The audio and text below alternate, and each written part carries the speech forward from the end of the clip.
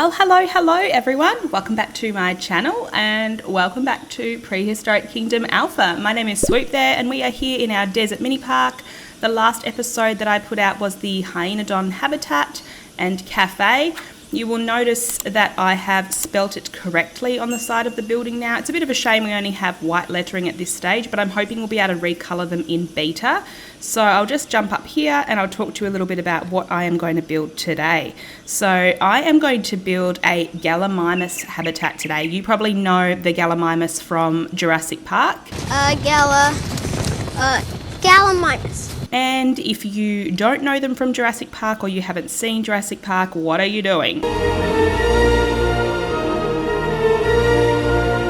Get off this video. Well, don't, but get off the video and go and watch Jurassic Park immediately. It is like the classic dinosaur movie. I love it. So let's just talk a little bit about where I'm going to put this habitat. I was originally going to put it down here, sort of like a really long habitat over this side. I still haven't decided if I will do that or if I will place it in here. So I'm thinking about two different locations for the Gallimimus.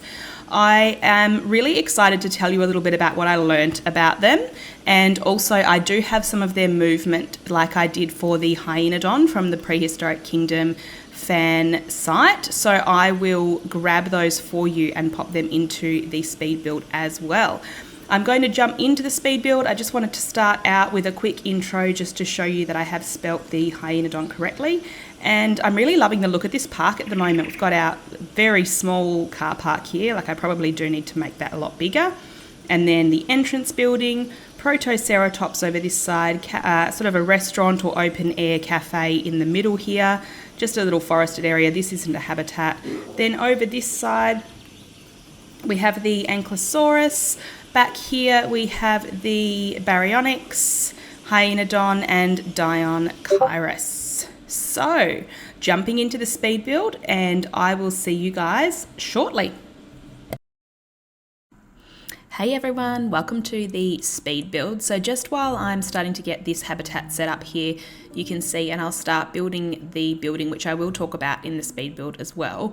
Let's talk a little bit about the Gallimimus. So I read that it was part of a family of dinosaurs called the Ornithomimid, and the name Gallimimus actually means chicken mimic, but it was a lot bigger and heavier than a chicken. From what I've read, it said it was around 3 times taller than a human and it weighed around 450 kilos, but it had a very small brain, so like the size of a golf ball, which is only actually a little bit bigger than an ostrich's brain. They have been likened to ostriches, so kind of called the ostrich dinosaur or like emu-like for those in Australia, and they had extremely long legs, long necks, and small heads with long beaks. So some of the things I read about their body parts, their beak was quite blunt and it was toothless. And so by the looks of it, it used its beak to like pick up leaves or seeds, insects, and maybe even smaller mammals. It had quite large, wide eyes, and they were sideways facing, so that helped it to spot any enemies, kind of like in almost any direction really. So it was kind of good at seeing and protecting itself in that way and running away. It had like fluffy feathers, which I really like also about the model that Prehistoric Kingdom has released. I love its nice long feathery tail, and it says that they had like, I guess, similar to down on most of its body, so would have kept it warm in the cold nights. It also had that really long tapering tail, which helped it keep its balance when it was running, quite similar to a lot of I guess marsupials in Australia, like the kangaroo has a really long tail that helps it keep its balance as well. So that's kind of what I thought about when they were talking about tails. And it also has quite short arms, the Gallimimus, and what I read was it might have suggested that they used it to scrape the ground to uncover food, but that's, that remains to be seen. I read that they were very quick and probably one of the fastest of all the dinosaurs, capable of running at speeds around 80 kilometers an hour, which is around 50 miles an hour, so super quick. So what I'm going to do now is I'm going to pop in the movement that I found online for you guys to see. So I'll have that on the screen now while I talk a little bit about what I'm building at the moment. So what you can see me doing at the moment, I'm just going in there with some concrete to make a ramp. I do end up changing this out for some wood to kind of give it more of a boardwalk kind of feel. You can see that I'm actually building the viewing building inside the habitat, and that is on purpose. I really wanted this one to be a little bit different and a little bit unique. The Gallimimus aren't sort of super threatening or aggressive from what I know. I mean, I'm not really... I've told you guys many times I'm not a dinosaur expert, but I am learning as I go. I'm really enjoying the process actually, but I felt like this was kind of a safer habitat to kind of put that boardwalk in and pop this sort of viewing building right in the middle of the habitat. Obviously I do cover the boardwalk so that the dinosaurs cannot get anywhere near the guests, because that would be detrimental, I think, to the insurance of the park. But so what I'm doing here, just popping in some mesh, because I thought if it's just glass and concrete, it's going to get super hot in there given the climate, and then just putting some accents into the doorways so that it's not just plain concrete, so just some of that black metal. I also put a pool or some water underneath the building eventually, and go in with some of these footings that you can see. I'm kind of popping them on now. I end up having to fix them later on. I really enjoyed building this habitat. I've been really struggling in Prehistoric Kingdom lately because of obviously the lack of pieces, but also I've played it so much now, and for those of you that have been watching my channel since the very beginning, it's been sort of a long haul just playing alpha, and it's kind of getting to the stage now where I am running out of, I guess, inspirational ideas. If you have any and you really want to give me an amazing idea, feel free to drop them in the comments. I do have some great ideas from some subscribers, like building a dome and so on, but I don't really want to do that while I'm in alpha, because I have tried a couple of things and played around with it, but it just doesn't look really, really good, I guess, in alpha. And I want to try and do like a really big kind of dome or rainforest dome, maybe in beta or when we get the full release next year in April. So as you can see, I'm just popping in these glass barriers, and I will start to put in some of the supports for the glass barriers. It is taller, like significantly taller than what the guests would be, so they can't sort of reach their hands over into the habitat. Like if a Gallimimus is quite close to the walkway, they can't get super close unless they do hop in the water and kind of wade through the water. I'm not sure how sort of water-esque these dinosaurs are, whether they like to get in the water, but I do cover sort of the whole building underneath with the water, and then I put the concrete base in the bottom as well. So what I'm going to do is I'm going to let you guys enjoy the rest of the speed build. There is about 6 or 7 minutes left, and I'll pop some relaxing music on, and then I will see you in the real-time tour at the end. See you guys.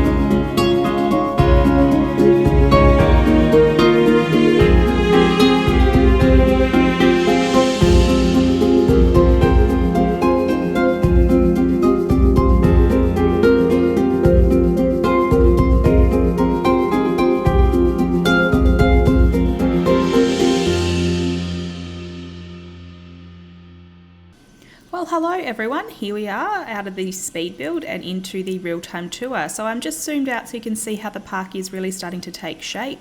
We've still got quite a lot of blank spaces here. I am looking at pushing out this walkway here, probably out to here, and having like another sort of walkway down the middle here and maybe like a little loop. So we've got sort of a loop that comes up and around here. You can come to these dinosaurs, then you can head this way. So you're kind of always coming back to this central point where I guess I put this cafe on purpose so that people kind of have walked this way, they come back, they're like, oh, we're thirsty. Then they've walked this way, they come back, oh, we're hungry. So, you know, they're kind of always spending money. I am going to head down. This is the Baryonyx habitat. We're just floating over the top now. We'll head down and we will go over to the Gallimimus habitat where I built today. So let's head on down. We'll just zoom around this way and head right down onto this path.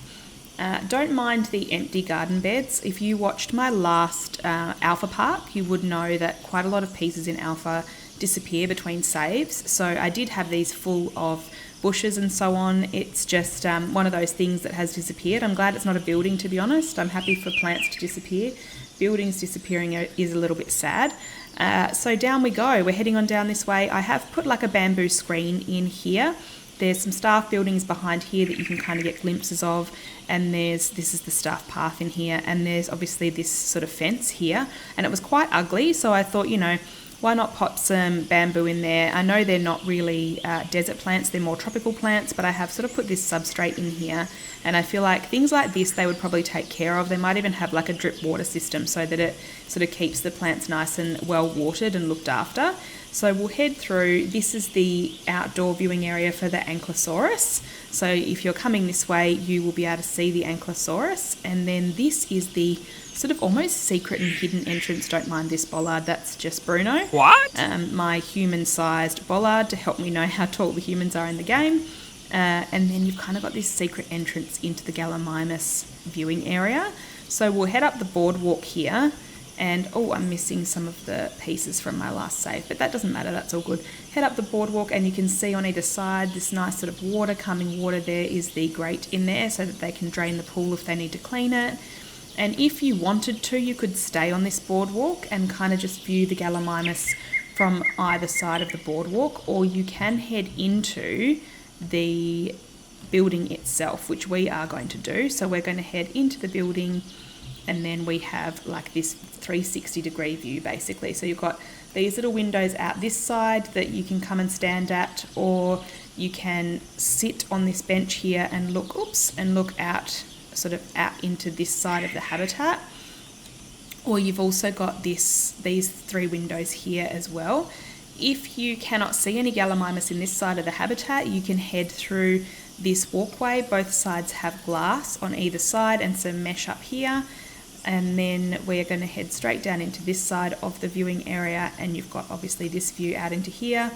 I did try and hide the staff building away a little bit, but I also feel like it's kind of realistic to be able to see some of the staff buildings in parks and zoos. Like, they're not always going to be hidden.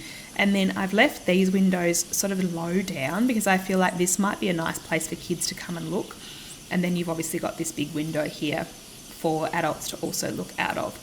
So that, my friends, is what we got done today. I'm going to zoom out here so that you can see sort of the whole habitat itself. I'm really happy with this kind of walkway and where the building is situated in the habitat. I do feel like this big window probably could have been on this side, but you know, these things happen. I might change that down the track. I've also popped in just a couple of sort of marquee trees in here, but most of the other shrubs and things and trees are sort of quite reminiscent of what would grow in this environment. Obviously the kapok and this tree over here are not, but you know, they water them. We'll just say they water them. So there we go, guys. We've got this staff access point here for the Ankylosaurus and the Gallimimus. I feel like it will probably be a building that was connected, so I think in a future episode I'll probably connect them and make it a bit of a bigger building, maybe even lower, so that, because both of these dinosaurs are a little bit shorter than the Dianchyrus, or I think they are anyway, so these buildings could probably afford to be a little bit shorter. I did copy this building over from the Dianchyrus habitat. So there we go, guys. Thank you so much for tuning in. Thank you for subscribing. I really appreciate your support. Leave me a like and a comment. It is really helpful for the YouTube algorithm to get likes and comments from you, even if it is just a one-word comment or a dinosaur emoji. That would be awesome. Thank you so much for watching, and I will see you in the next one. Take care, guys.